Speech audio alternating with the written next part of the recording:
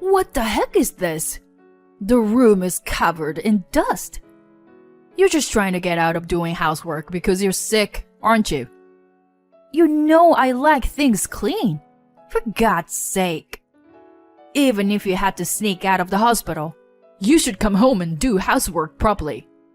The person I call my husband is probably not a human, but a demon or something. Otherwise, there's no way he would say such foolish things to his wife, who is in the hospital with cancer. But what a waste this ignorant man is.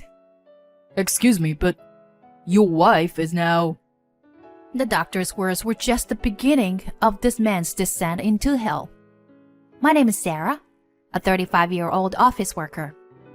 I've been married to my husband Kenny for almost 3 years now. I'd like to say that we have a wonderful married life, but the truth is we don't. Work is enjoyable, and it feels great when hard work pays off and gets recognized. But the problem lies at home. When I come home exhausted, it's Kenny who's already home and greets me. Is delivery okay for dinner? Kenny answers me. Hey, even though you have a job, don't you think you're slacking off too much? Here, look at this. He shows me a photo of a dinner table with fancy dishes. By the way, he's shown it to me dozens of times. It all started about 2 years ago when Kenny attended his high school reunion. I want to unify the furniture and make the room look like this. See? My husband showed me a stylish room photo that looked like a model house. It seems he went to a friend's house for drinks after a reunion. His friend lived in a high-rise condo, and my husband seemed to envy that room. However, the friend was a successful young businessman, and our household income was not high enough to live a similar lifestyle.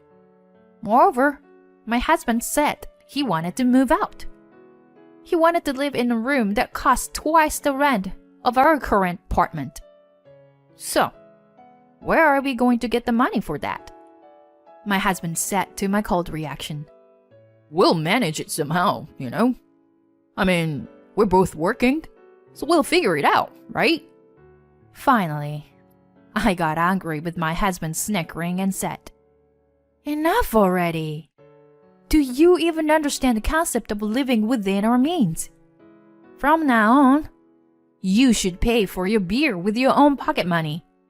He glared at me, maybe because I was scary, and muttered, What? I was just joking. You're such a buzzkill. He was mumbling for a while, but I was sure he wasn't joking. We continued to bicker, and I started to experience stomach pains and other stress-related symptoms. I thought it was just stress until something strange happened to my body. I started bleeding, even though it wasn't my period, and it wouldn't stop. I went to a nearby hospital and was diagnosed endometrial cancer. Hearing the diagnosis, my body shivered, even though it wasn't cold. Then, the doctor said something that made it worse. Do you plan to get pregnant in the future?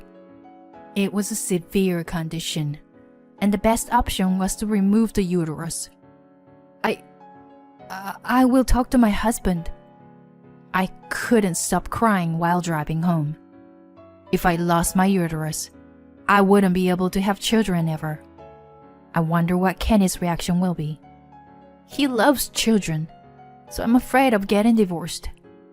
When my husband returned home, I talked to him about the test results, treatment, and his thoughts. We took the time to have a conversation for the first time in a while. My husband was very shocked, but we made a decision. After that, I took a leave of absence from work and my treatment began. In the end, we decided to undergo chemotherapy after having my uterus removed. On the day of the surgery, my husband took the day off and accompanied me to the hospital. I felt uneasy about my husband's oddly cheerful mood. However, I overcame major surgery and lost my uterus. During my hospital stay, colleagues and friends came to visit me. I felt sad that a friend with a child came to visit me. My in-laws who lived nearby also came to visit me. "You did well, Sarah." After those words of encouragement, my mother-in-law said, "I know it's tough, but please take care of the household finances and chores a little more carefully." My father-in-law immediately interrupted her. "Hey, stop it. Not now. Sarah, never mind, okay?" I had no idea what their conversation meant at that time. As for my husband Kenny, he always seemed to be in a good mood whenever he visited me in the hospital. "Sarah, you might be surprised when you get discharged." "Well, look forward to it." I thought I would be happier about anyone who came to visit me, rather than a surprise. After a while, I was scheduled to be discharged temporarily and was excited to return home. I would be admitted to the hospital again soon for chemotherapy. When my husband picked me up from the hospital, he said, "Don't be surprised when you see inside the house." I had a feeling of unease. What is this?"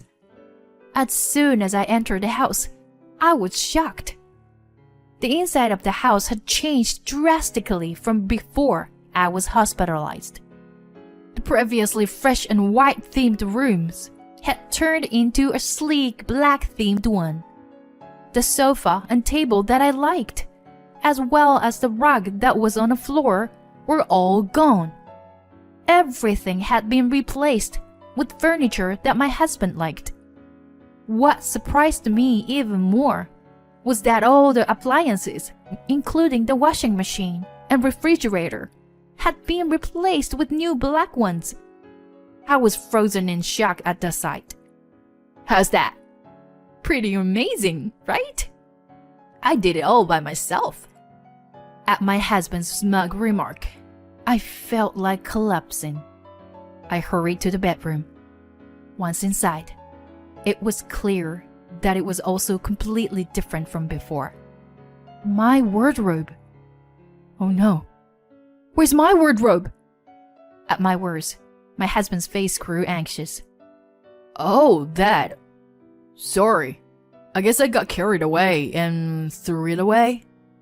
My patience finally ran out with my husband's nonchalant chuckling.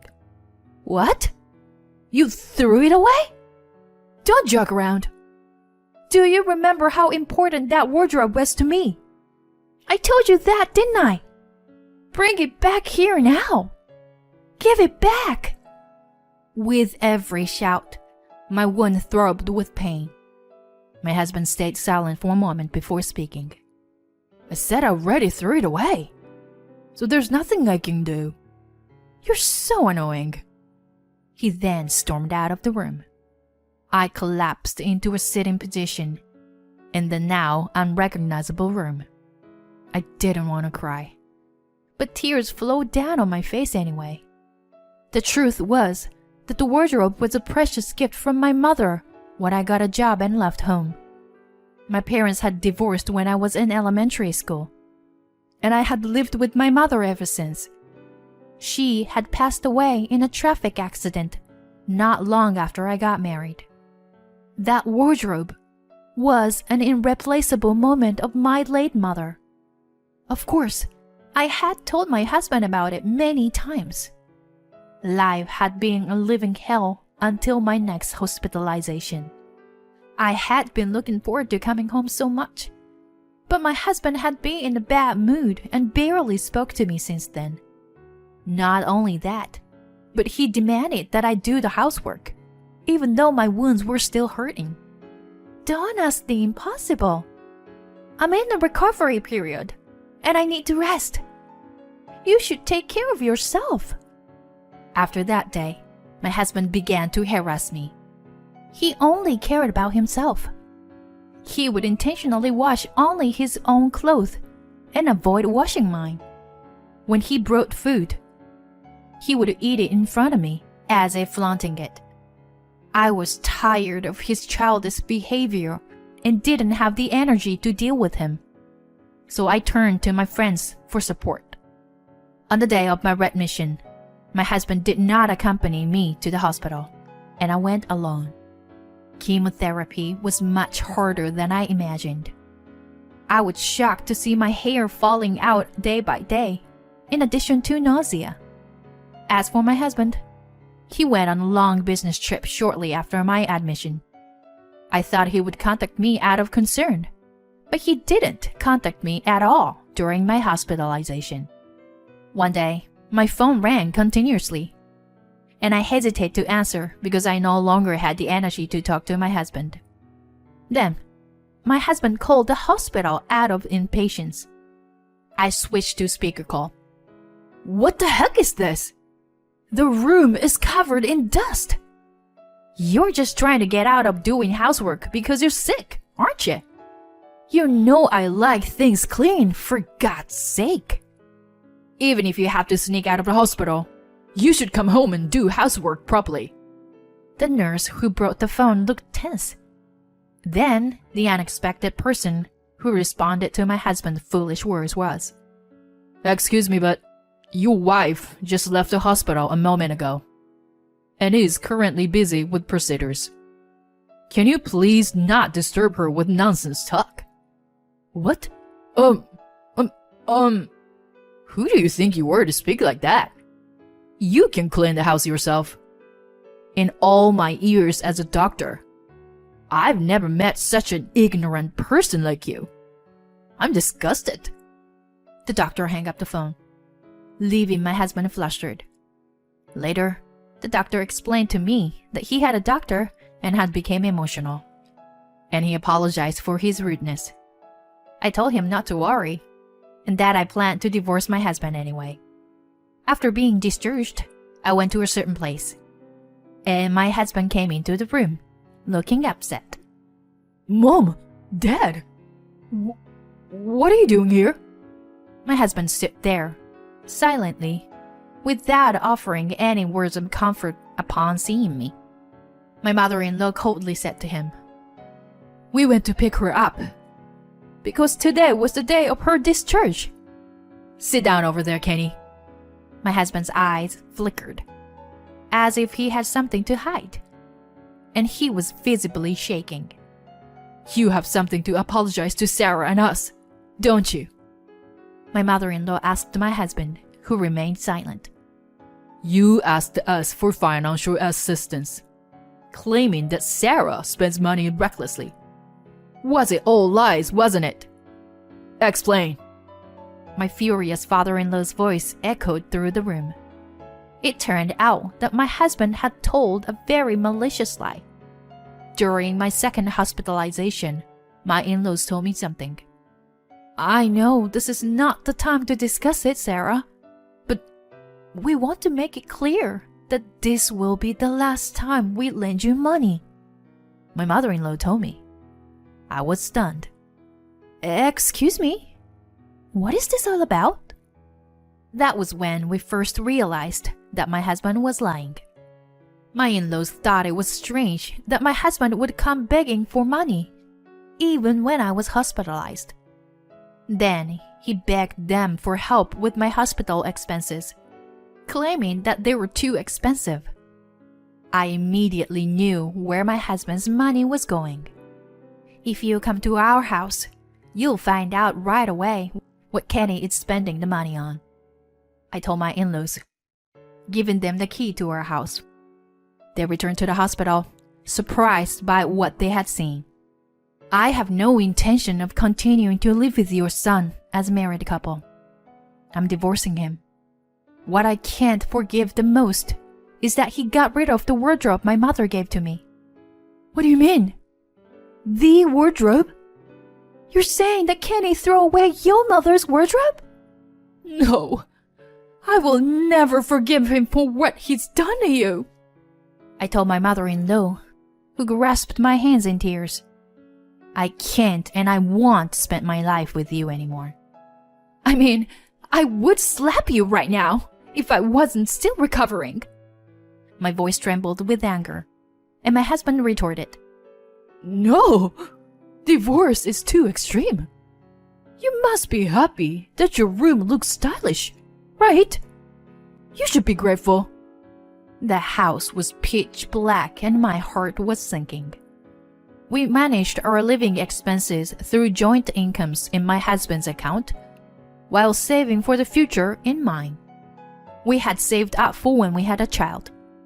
When I was diagnosed with cancer, he had become selfish, thinking that he could use the money however he wanted, since I could no longer bear children. That made me extremely sad. Don't you understand how much I care for you, Sarah? This is wrong. You can't divorce me. I looked at my crying husband with a cold gaze. Then, my mother-in-law, who was sitting next to me, shouted at him. Shut it, Kenny. You treated Sarah so horribly. And you should know that. Even though I lost my hair and weight, you, Kenny, haven't shown any concern for me. You've only been thinking about protecting yourself. I can't be with someone like that anymore. My husband remained silent, hanging his head. After a while, we divorced. Thanks to the effort to my ex-in-laws, the division of property were in my favor. My ex-husband reluctantly repaid the money he had borrowed from his parents, a sum of $30,000.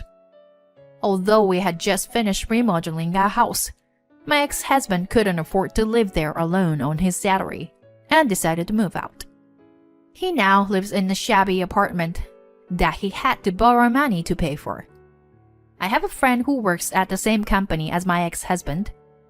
I heard that he is now labeled as a dangerous person who harasses his wife, who is battling cancer. He brought it upon himself. He can regret it for the rest of his life. As for me, I am enjoying living alone for the first time in years, while undergoing regular checkups. Once my physical strength stabilized a bit more, I plan to return to work.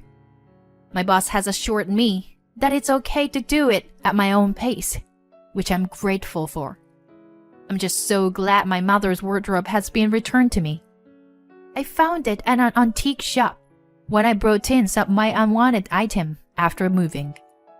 It was what my mother gave me, and it may not have been an expensive piece of furniture, but it was the only memento that I cherished.